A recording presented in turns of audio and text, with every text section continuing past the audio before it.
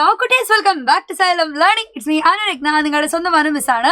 നിങ്ങൾ എല്ലാവരും ഇപ്പോൾ നല്ല അടിപൊളിയായിട്ട് നിങ്ങളുടെ വെക്കേഷനൊക്കെ നല്ല എൻജോയ് ചെയ്തുകൊണ്ട് പോകുമായിരിക്കും അല്ലേ. അപ്പോൾ നമ്മൾ സ്കൂളിലേക്ക് പോകുന്നതിന് മുൻപ് എന്തായാലും നമുക്ക് എന്തൊക്കെ വേണം, ഒരു ബേസിക് ആയിട്ടുള്ള ഒരു ഐഡിയ എല്ലാ സബ്ജക്റ്റിലും വേണം കേട്ടോ.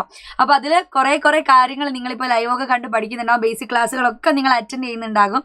നമ്മളെ ബാച്ചിലേക്കും എൻ്റെ കുട്ടികൾ എല്ലാവരും ജോയിൻ ചെയ്തിട്ടുണ്ടാവും എന്ന് എനിക്കറിയാം. അപ്പോൾ ആരെങ്കിലും വിട്ടുപോയിട്ടുണ്ടെങ്കിൽ ഉടനെ തന്നെ ജോയിൻ ചെയ്യുക. അപ്പോൾ എന്തായാലും നമുക്ക് ഇപ്പം മാത്സ് ഒക്കെ സെറ്റാക്കി പവറാക്കി എന്ത് ചെയ്യണം, നമുക്ക് വരുന്ന ഈ ഒരു വർഷത്തിൽ സൂപ്പറായിട്ട് ഫുൾ മാർക്കോട് കൂടെ തന്നെ പാസ്സാവണം. അപ്പോൾ കഴിഞ്ഞ വർഷം നിങ്ങൾക്ക് ഓർമ്മ ഉണ്ടാവും, കഴിഞ്ഞ വർഷം നമ്മൾ പൊളിച്ചടുക്കിയിട്ടുണ്ട് അല്ലേ. നമ്മൾ പറഞ്ഞതേ വന്നുള്ളൂ, നമ്മൾ പഠിപ്പിച്ച കാര്യങ്ങൾ മാത്രമേ വന്നുള്ളൂ എന്നുള്ളതൊക്കെ നിങ്ങൾ കണ്ടിട്ടുണ്ടാകും ക്വസ്റ്റ്യൻ പേപ്പറിൽ. അപ്പോൾ എന്തായാലും ഇനി വരുന്ന വർഷവും നമുക്ക് അതുപോലെ തന്നെ പഠിക്കണമെങ്കിൽ ഇപ്പോഴേ നമ്മൾ എന്ത് ചെയ്യണം ഇവിടെ, നമ്മൾ എല്ലാ കാര്യങ്ങളും സ്റ്റാർട്ട് ചെയ്യണം. നിങ്ങൾ വെക്കേഷനിൽ കളിക്കാൻ പോകണ്ട, അല്ലെങ്കിൽ ടി വി കാണണ്ട, ഫുട്ബോൾ കളിക്കേണ്ട എന്നൊന്നല്ല ഞാൻ പറയുന്നത്. അതൊക്കെ വേണം. അതിൻ്റെ കൂട്ടത്തിൽ കുറച്ച് സമയം എൻ്റെ കുട്ടികൾ എന്ത് ചെയ്യണം, പഠിക്കാൻ വേണ്ടിയും വിനിയോഗിക്കണം. ഓക്കെ, അപ്പോൾ എന്തായാലും നമ്മൾ ഇന്ന് പറയാൻ പോകുന്നത് ഫ്രാക്ഷൻസിനെ കുറിച്ചാണ് കേട്ടോ. അപ്പോൾ ഫ്രാക്ഷൻസിനെ കുറിച്ചുള്ള കാര്യങ്ങൾ നിങ്ങളെ വരുന്ന ടെക്സ്റ്റ് ബുക്കുകളിൽ നിങ്ങൾക്ക് കാണാൻ വേണ്ടി പറ്റുന്ന കാര്യമാണ്. സോ അതിൻ്റെ ഒരു ബേസിക് ആയിട്ടുള്ള ഐഡിയ നിങ്ങൾ എന്ത് ചെയ്യണം, ഉണ്ടാക്കി ആദ്യമേ എടുത്തിട്ട് പോവുകയാണെങ്കിൽ എൻ്റെ മക്കൾ സെറ്റ് ആയിരിക്കും ആ ചാപ്റ്റർ എത്തുമ്പോൾ. ഓക്കെ, അപ്പോൾ എന്തായാലും ഫ്രാക്ഷൻസ് പഠിക്കുന്ന സമയത്ത് നിങ്ങൾ ഏറ്റവും അധികം ചിന്തിക്കേണ്ട ഒരു കാര്യമാണ് അതിൻ്റെ ആഡിഷനും മൾട്ടിപ്ലിക്കേഷനും അതേപോലെ സബ്സ്ട്രാക്ഷനും ഡിവിഷനും ഒക്കെ. ഓക്കെ, അപ്പോൾ ഫ്രാക്ഷൻസ് കൂട്ടാനും കുറയ്ക്കാനും നിങ്ങൾ എന്തായാലും പഠിച്ചിട്ടുണ്ടായിരിക്കും അല്ലേ. നമ്മൾ അഡിഷനും സബ്സ്ട്രാക്ഷനും നിങ്ങൾ എന്തായാലും ഓൾമോസ്റ്റ് അത് ഇപ്പം ക്രോസ് മൾട്ടിപ്ലിക്കേഷൻ മെത്തേഡ് വഴി നിങ്ങൾ പഠിച്ചിട്ടുണ്ടാവും. സോ എന്താണ് മൾട്ടിപ്ലിക്കേഷനും ഡിവിഷനും? ഇമ്പോർട്ടൻ്റ് ആയിട്ടുള്ള കാര്യമാണ്. ഫ്രാക്ഷനും മൾട്ടിപ്ലിക്കേഷനും ഡിവിഷനും നിങ്ങൾ ഇപ്പോഴേ പഠിച്ചു വെക്കണം. ബിക്കോസ് നിങ്ങൾക്ക് വരുന്ന ടെക്സ്റ്റ് ബുക്കിലെ എല്ലാ ഒരു ചാപ്റ്റേഴ്സിലും നിങ്ങൾക്ക് കാണാൻ പറ്റുന്ന കാര്യമായിരിക്കും അത്. ഓക്കെ, അപ്പോൾ ബേസിക് ആയിട്ട് ആ ഒരു ഐഡിയ നിങ്ങൾ എന്ത് ചെയ്യുക, ഉണ്ടാക്കിയെടുക്കുക. ക്വസ്റ്റ്യൻസ് നിങ്ങൾ നോട്ട്ബുക്കിൽ കൃത്യമായിട്ട് എഴുതിയിട്ട് അതിൻ്റെ ആൻസറും കൂടെ തന്നെ മക്കൾ എന്ത് ചെയ്യുക, കണ്ടുപിടിച്ചിട്ട് നമ്മൾ കമൻറ്റ് ബോക്സിൽ നിന്ന് വന്നിട്ട് പറയാൻ വേണ്ടി ശ്രമിക്കാം. ഓക്കെ, അപ്പോൾ അതിൽ ആദ്യം ഞാൻ പറയാൻ പോകുന്നത് മൾട്ടിപ്ലിക്കേഷനെ കുറിച്ചാണ് കേട്ടോ. രണ്ട് ഫ്രാക്ഷൻസ് ഗുണിച്ച് കഴിഞ്ഞാൽ അല്ലെങ്കിൽ മൾട്ടിപ്ലൈ ചെയ്താൽ നമുക്ക് എന്തായിരിക്കും ഉത്തരം കിട്ടും. അപ്പോൾ ഇപ്പോൾ ബോർഡിൽ എൻ്റെ കുട്ടികൾ രണ്ട് ചോദ്യങ്ങൾ കാണുന്നുണ്ടാവും അല്ലേ.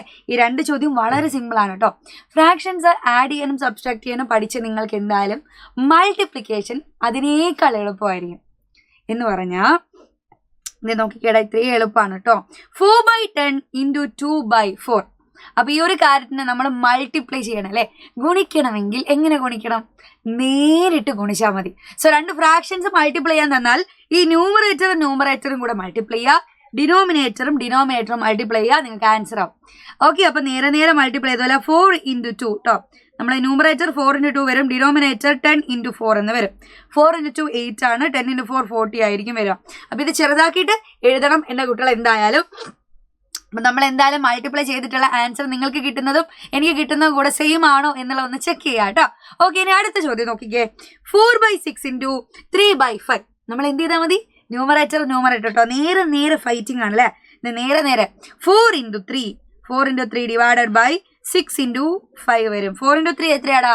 4 3 12 അല്ലേ. അപ്പോൾ 12/6 30 എന്ന് വരും കേട്ടോ. സിമ്പിളായിട്ട് നമുക്ക് എന്ത് ചെയ്യാം, മൾട്ടിപ്ലൈ ചെയ്യാം. ഒരു പ്രോബ്ലം ഇവിടെ മൾട്ടിപ്ലിക്കേഷൻ ആയിട്ട് തന്നിട്ടുണ്ട്. എന്താണ്? 7/9 × 5/8. എന്ത് ചെയ്താൽ മതി, നേരെ മൾട്ടിപ്ലൈ ചെയ്യുക അല്ലേ.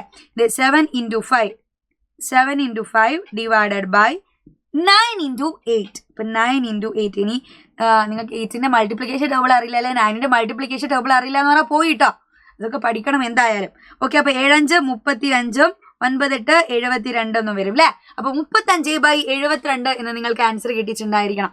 ഇതുപോലെ തന്നെ എളുപ്പമാണ് നിങ്ങൾക്ക് എന്ത് ചെയ്യാനും, ഡിവൈഡ് ചെയ്യാനും. അപ്പോൾ മൾട്ടിപ്ലിക്കേഷൻ പഠിക്കുന്ന ഒരാൾക്ക് കേട്ടോ, മൾട്ടിപ്ലിക്കേഷൻ എന്താ, നേരെ ഫ്രാക്ഷൻസുകൾ നേരെ മൾട്ടിപ്ലൈ ചെയ്താൽ നമ്മളെ ആൻസറായി. സോ ഡിവിഷൻ എന്ന് പറഞ്ഞാൽ ഇതുപോലെ തന്നെ സിമ്പിളാണ്. പക്ഷേ അതിൽ നിന്നും ചെറിയൊരു മാറ്റം നിങ്ങളൊന്ന് ആലോചിച്ചാൽ മതി.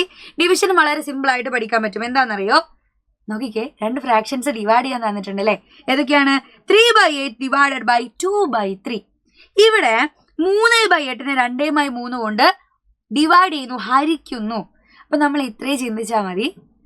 ഏത് നമ്പർ കൊണ്ടാണോ ഹരിക്കുന്നത്, ഡിവൈഡ് ചെയ്യുന്നത്, ആരെ കൊണ്ട് അവിടെ ഡിവൈഡ് ചെയ്യുന്നത്? 2/3 കൊണ്ട്. അവനെ അങ്ങോട്ട് പിടിക്കുക. എന്നിട്ട് എന്ത് ചെയ്യുക, തല തിരിച്ചിട്ടിട്ട് നിങ്ങൾ ഗുണിച്ചാൽ നിങ്ങൾക്ക് ആൻസറായി. ഈ തല തിരിച്ചിടുന്നതിന് നമ്മൾ എന്താ പറയുക, റെസിപ്രോക്കൽ എടുക്കുക എന്ന് പറയും കേട്ടോ. അല്ലെങ്കിൽ വ്യുൽക്രമം കൊണ്ട് മൾട്ടിപ്ലൈ ചെയ്താൽ മതി. എടാ നോക്കണേ, ഇവിടെ വളരെ സിമ്പിൾ ആയിട്ട് നമുക്ക് ആൻസർ കണ്ടുപിടിക്കാം. 3/8 നമ്മൾ എന്ത് ചെയ്യുന്നു, 2/3 കൊണ്ട് ഡിവൈഡ് ചെയ്യുന്നു അല്ലെ. ഇതിനെ തലതിരിച്ചിടണം. അപ്പൊ 2/3 തലതിരിച്ചിട്ടാൽ എന്ത് വരും, 3 നേരെ മുകളിൽ വരും, 2 നേരെ താഴെ വരും അല്ലെ. അപ്പൊ എന്ത് വരും ഇവിടെ, 3/2 എന്ന് വരും. എന്നിട്ട് ഗുണിച്ചാൽ നമ്മൾ ആൻസർ ആയി. സോ മൾട്ടിപ്ലൈ ചെയ്യാൻ നിങ്ങൾക്ക് അറിയില്ലേ, എന്ത് ചെയ്താൽ മതി, നേരെ നേരെ മൾട്ടിപ്ലൈ ചെയ്യാം അല്ലെ. 3 × 3 എത്ര വരും, 3 × 3 9, 8 × 2 16 എന്ന് കിട്ടിയിട്ടുണ്ടാവും. കണ്ടോ, സിമ്പിൾ ആണ് കേട്ടോ. അപ്പൊ ആരാണോ ഡിവൈഡ് ചെയ്യാനുള്ളത് അവനെ തലതിരിച്ചിടണം, നേരെ അങ്ങനെ കുത്തനെ പിടിച്ചിടാ, എന്നിട്ട് ഗുണിച്ച് കളയാം. ഓക്കെ, അപ്പൊ ഇവിടെ നോക്കിക്കേ, 1/9 7/3 കൊണ്ടാണ് ഞാൻ ഡിവൈഡ് ചെയ്യുന്നത്. സോ എന്ത് ചെയ്യണം, അതെ 1/9 7/3 കൊണ്ടെന്ന് പറഞ്ഞാൽ ഇത് തലതിരിച്ചിടണം അല്ലെ. 7/3 കൊണ്ടാണ് നമ്മൾ ഡിവൈഡ് ചെയ്യുന്നത്.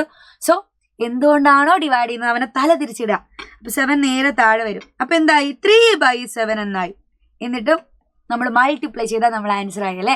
അപ്പൊ നോക്കാലോ, 1 × 3 3 ആയിട്ട് വരും.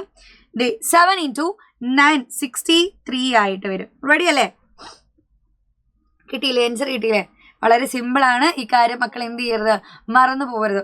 ഓക്കെ, ഇനി അടുത്തത് നോക്കാം. അടുത്തതും ഇതേപോലെ തന്നെ ഡിവിഷൻ്റെതാണ്. അതിലൊരു പ്രോബ്ലം ഞാൻ ചെയ്യും, രണ്ടാമത്തെ പ്രോബ്ലം നിങ്ങൾ ചെയ്യണം.